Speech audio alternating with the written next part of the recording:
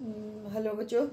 तो मीडियम में by creating compression and rarefaction in the medium, और वी कैन से क्या डेंसिटी या प्रेशर, मीडियम का प्रेशर या डेंसिटी बदल के चेंज होके वो लॉन्गिट्यूडनल वेव किसी मीडियम में ट्रेवल करता है। और इसी तरह से साउंड भी ट्रेवल करता है, क्योंकि साउंड भी लॉन्गिट्यूडनल वेव ही है।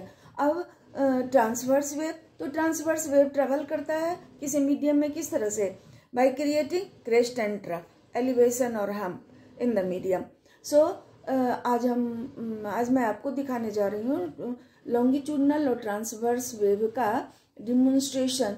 सो उसमें हम लोग देखेंगे कि स्लिंकी में लॉन्गिट्यूडनल और ट्रांसवर्स वेव किस तरह से प्रोपेगेट करता है, और फिर मैं दूसरा एक्टिविटी भी आप लोगों को दिखाऊंगी। हालांकि इसके पहले मैंने एक वीडियो बनाया था जिसमें मैंने लॉन्गिट्यूडनल और ट्रांसवर्स वेव को दिखाया था, बट उस वीडियो से मैं ही पूरी तरह से संतुष्ट नहीं हूँ, इसलिए मैं सोची मैं फिर दूसरा वीडियो आप लोगों के लिए बनाती हूँ। तो अब चले हम लोग देखते हैं स्लिंकी में लॉन्गिट्यूडनल और ट्रांसवर्स वेव किस तरह से प्रोपेगेट करता है। तो let's see that one. Now I am showing you slinky, और फिर उसमें लॉन्गिट्यूडनल और ट्रांसवर्स वेव को मैं दिखाती हूँ। Children see, this one is slinky.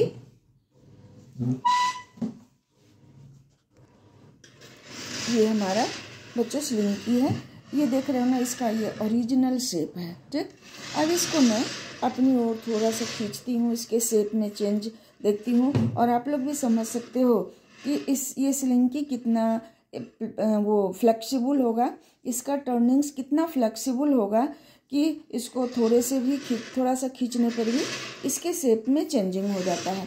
अब इस स्लिंकी को हम लोग क्या करते हैं, ये इसका ओरिजिनल शेप है। अब थोड़ा सा मैं इसे आगे की ओर खींचती हूँ, और मैं इसके लेंथ के अलोंग, इसका लेंथ किधर है, ये जो इसका लेंथ है, इसके लेंथ के अलोंग मैं थोड़ा सा डिस्टर्बेंस क्रिएट करती हूँ, एक जर्क देती हूँ। तो आप देखेंगे किस तरह से लॉन्गिट्यूडनल वेव इस स्लिंकी में ट्रेवल कर रहा है। तो देख लो, साफ अच्छे से पता चल रहा है कि जहाँ टर्निंग्स एक दूसरे के करीब है वो लॉन्गिट्यूडनल वेव में क्या हो गया, कंप्रेशन वाला पोर्शन, और जहाँ देख रहे हैं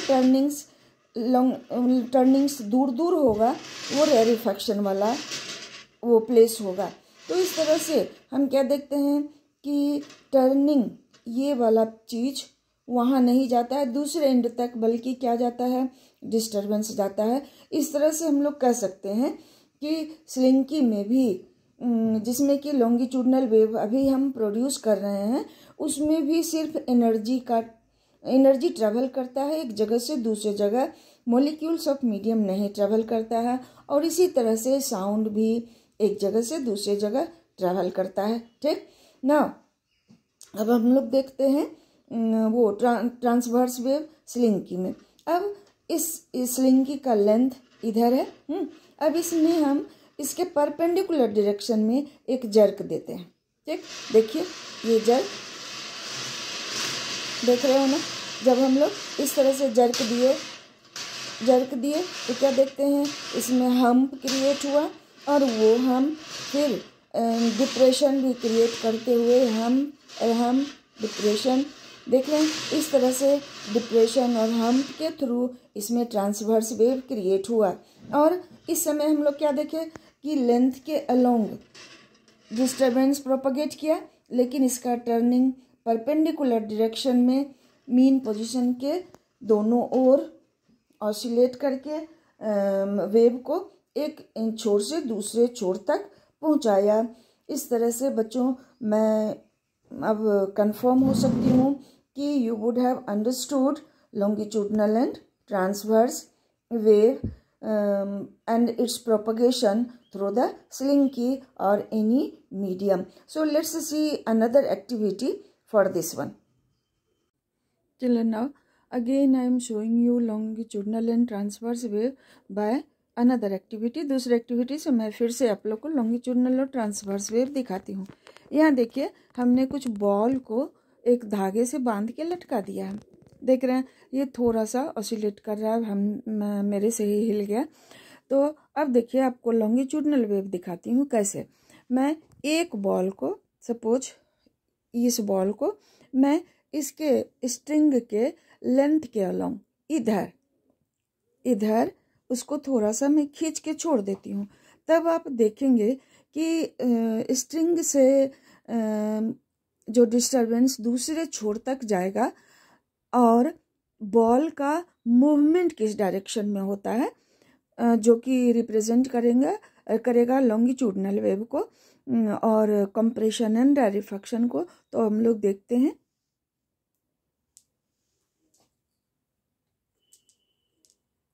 कैन सी ओवर हियर।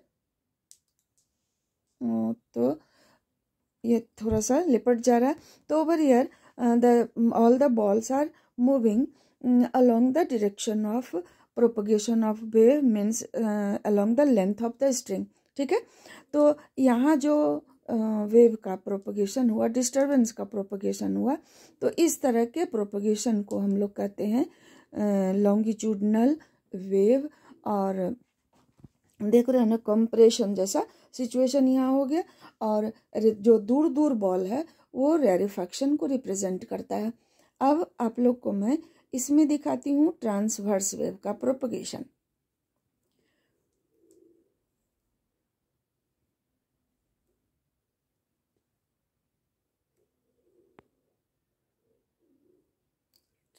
मैं ट्रांसवर्स वेव आप लोग को दिखाती हूँ।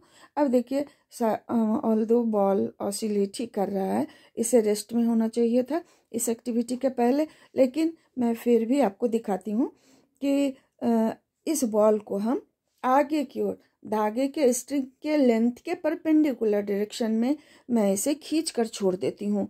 तो देखिएगा सारे बॉल का ऑसिलेशन किस तरह से होने लगा, आगे पीछे ही, मतलब क्या, स्ट्रिंग के परपेंडिकुलर डायरेक्शन में। तो इस तरह से जैसा मैं समझ पा रही हूँ, अगर आप ध्यान से सुने होंगे, तो ये लॉन्गिट्यूडनल वेव का और ट्रांसवर्स वेव का प्रोपगेशन किसी मीडियम में कैसे होता है, ये बात समझ में आ गई होगी अच्छे से। और आई थिंक आप इसे डिफ्रेंशिएट भी कर सकते हो, लॉन्गिट्यूडनल वेव और ट्रांसवर्स वेव को। और एग्जाम्पल तो पता ही है, साउंड लॉन्गिट्यूडनल वेव है, लाइट ट्रांसवर्स वेव है। और स्लिंकी में जो हम लोग हॉरिजॉन्टल लेंथ के अलोंग जर्क दिए, डिस्टरबेंस क्रिएट किए, तो उसमें लॉन्गिट्यूडनल वेव हुआ। फिर से स्लिंकी में जब वर्टिकल जर्क दिए लेंथ के अलोंग, देन ट्रांसवर्स वेव हुआ। वाटर के सरफेस पर जो रिपल प्रोड्यूस होगा वो ट्रांसवर्स वेव होगा। So by this way I think children it's clear to you all. But suppose if there is any confusion, again you watch the video and then make it clear and have a good concept of this one. Thank you for watching. If you like this one, then subscribe it also. That will be reward for my hard work, because these days I have become so much of enthusiastic for this one, and I keep on working hard for this one. For the same video I keep on working 3 times 4 times. So I want this reward from you all.